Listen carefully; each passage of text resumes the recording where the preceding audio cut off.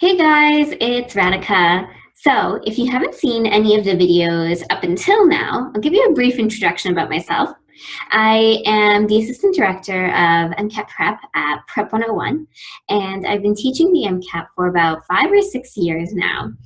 And the purpose of this video project that we've kind of launched is because as a test prep company and as an instructor who's been teaching for quite a long time, we know that we get lots of good information, great questions from students, even from students who have made it into medical school. And these questions are so important for pre-meds to know. And what we've realized is that the information is really hard to find. It's obscure and it's not widely available. So we kind of got thinking and we sat down and we said, hey, why don't we create a video series to disseminate all this information so that it's available for people out there to know. And that's the whole purpose. We're not trying to sell you anything. We just want to pass this information on so that it's available to you so that you can start gearing your journey to medical school in a certain way that's going to be beneficial and it's going to yield certain advantages. Okay, so in today's video, we're going to continue talking about med school prep, specifically the MCAT.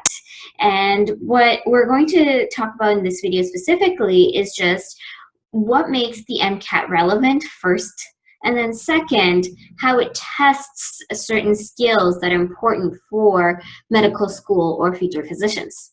Okay, so let's get started.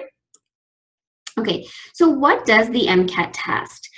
Now, when a lot of students start studying for this exam, they approach it as they would any undergraduate exam. They start reading textbooks, they start going over notes that they've taken in class or notes that they've made from their textbook, and they start memorizing the information and then doing some practice questions. And most students are under the belief that if they continue studying for this exam in the same way that they've studied for their undergraduate exams, that they'll be fine and they'll do really well on this exam. Now, huge disclaimer there. That's not the case at all. You cannot approach this exam and studying for it the same way that you approach your undergraduate studies. And should you, you'll very early find on that you won't do well on this kind of exam. And the reason is because this isn't an exam like your university level exams. This is a critical thinking exam. It tests critical thinking skills, which most of your university level exams do not. Okay, so yes, you need to understand the sciences extremely well in order to be able to do well on this exam. But that's just the beginning. Knowing the sciences won't help you hit 95th percentile or anything.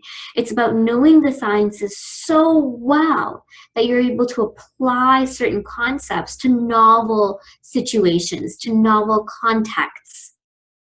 So knowing the science is just the beginning. Therefore, in terms of what the MCAT specifically tests in terms of skills, well, the following things. It tests critical thinking, problem solving, scientific knowledge. So because it's a passage-based exam, what you're doing is you're reading this passage with a critical outlook and then picking out that information that you learned from the passage that you just read and applying the scientific knowledge you have alongside certain problem-solving skills and techniques in order to be able to answer those questions correctly. Now, those questions, though, come from an interdisciplinary background. So you may find that on the physical sciences, that there's a biological twist to the questions. And that's exactly what the writers of this exam have kind of intended. They want to see and test you on interdisciplinary thinking.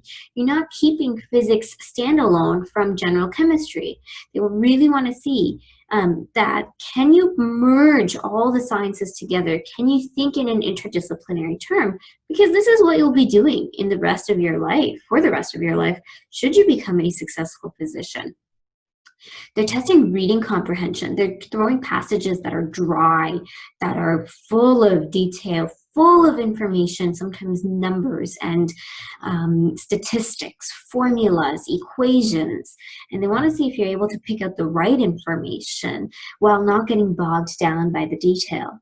At the same time, they put such a time constraint on it, a severe time constraint, that you have to read this passage and get through the questions in a certain amount of time that isn't very lenient, or it's not very lofty on your side. And while doing so, you have to make sure that you've got the mental stamina. So I'll tell you about the layout of the exam and how long it is, but if you don't have the mental stamina, you will not make it through the completion of this exam. And in order to make it through, you have to keep yourself composed. If you had a bad passage, if you had a bad section, you have to know that's okay. It happened, it's done, I have to keep going. I have to answer the rest of the questions on this exam. And it's funny, and maybe it's not actually, this exam is designed to test the skills that would be very, very important for you as a physician, and important for you in medical school. So it's actually a very good yardstick by which to measure how well you'll perform in medical school, but even further beyond medical school and as a practicing physician. So how is the MCAT relevant then? Because I keep telling you these skills are related. Now, one of the reasons it's extremely relevant is study after study for very many years has kind of shown that the best predictor of success as a physician is your MCAT score.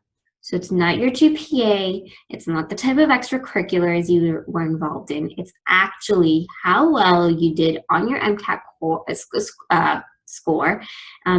as a predictor of how well you'll perform and how successful you'll be throughout medical school and as a physician. Okay, so here's what I've got for you then. On the left in the purple, what you'll see is the type of skill that the MCAT tests. And on the right, what you'll see is how it tests that. So you may ask yourself, how is problem solving, or being able to have good problem solving skills, relevant to doing well on the MCAT? Well, that's because problem solving skills are very, very essential to patient management. So I'll give you an example here. Let's say you're a physician and you've got a patient with diabetes and you're trying to manage this patient's severe symptoms. In order to be able to do that, you have to have a very in-depth history of what the patient has been going through. Patient's disease history, basically.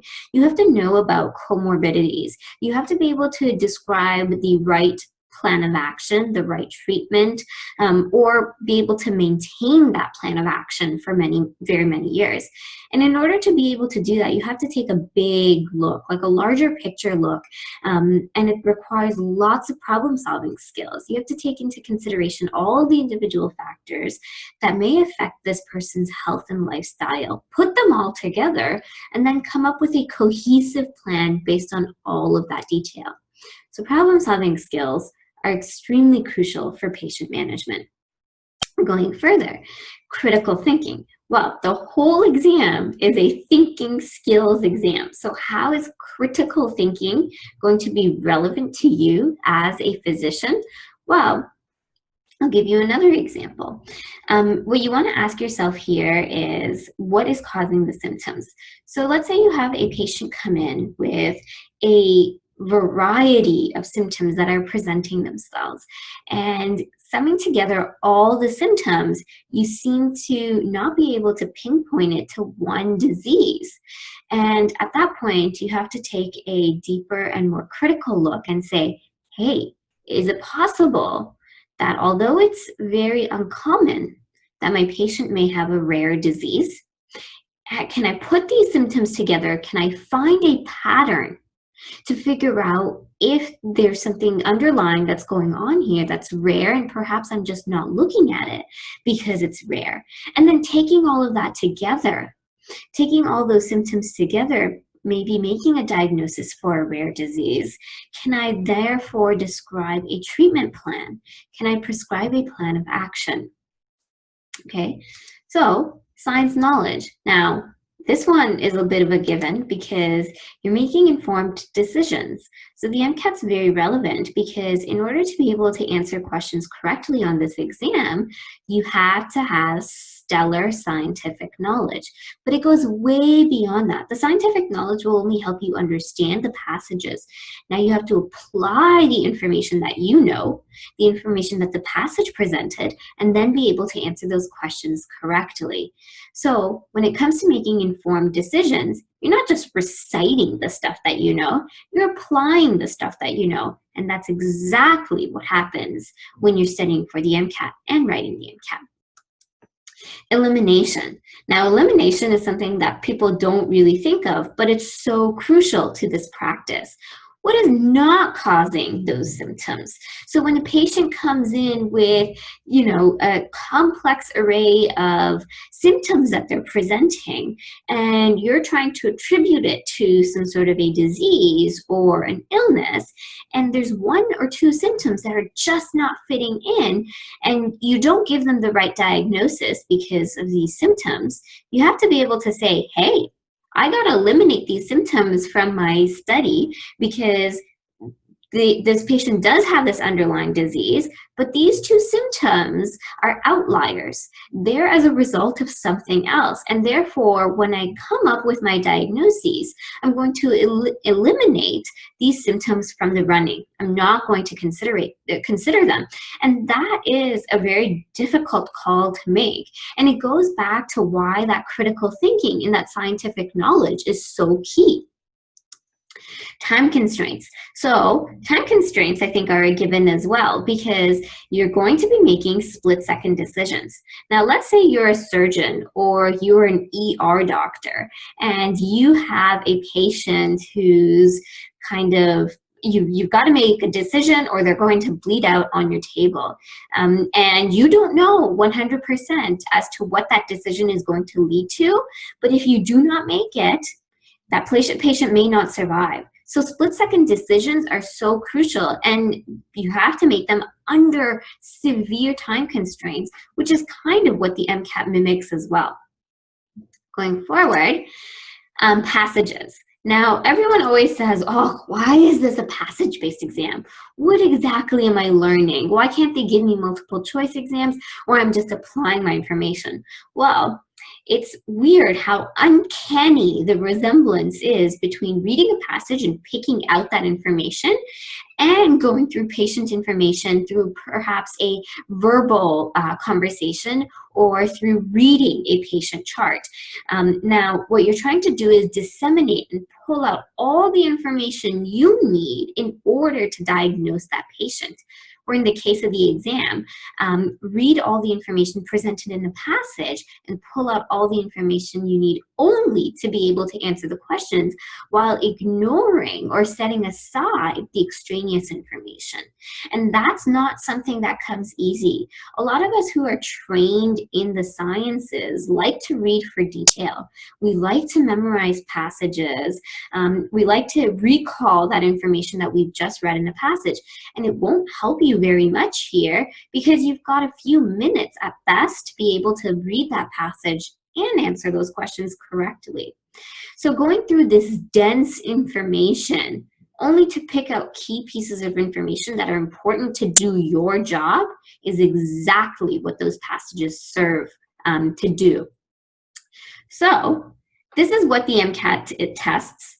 I've gone over some of the factors that are relevant, factors that are going to present themselves on the MCAT that you're going to see in medical school or in practice as a future physician. So I think the biggest takeaway from this video is that many of you may think that this is an exam that's kind of synonymous and will require studying analogous to the studying that you've done in your undergraduate studies. So the first piece of information that I want you to take away from this video is that's not how it's going to work. This is a critical thinking exam. You're going to use critical thinking skills. Now, how are those skills relevant? Well, we've gone over some of them. And the second piece of information that I want you to take away is that the skills that this exam tests are not arbitrary. This exam was made and created to test skills that will be relevant as a future physician. So it's a yardstick, a great yardstick by which they can measure your performance on this exam versus your performance as a future physician or as a med school student. Well, anyways, I hope you've been able to learn some pretty useful information from this video, and I'm going to conclude it here until next time, where we'll continue talking about the MCAT. See you soon. Bye for now.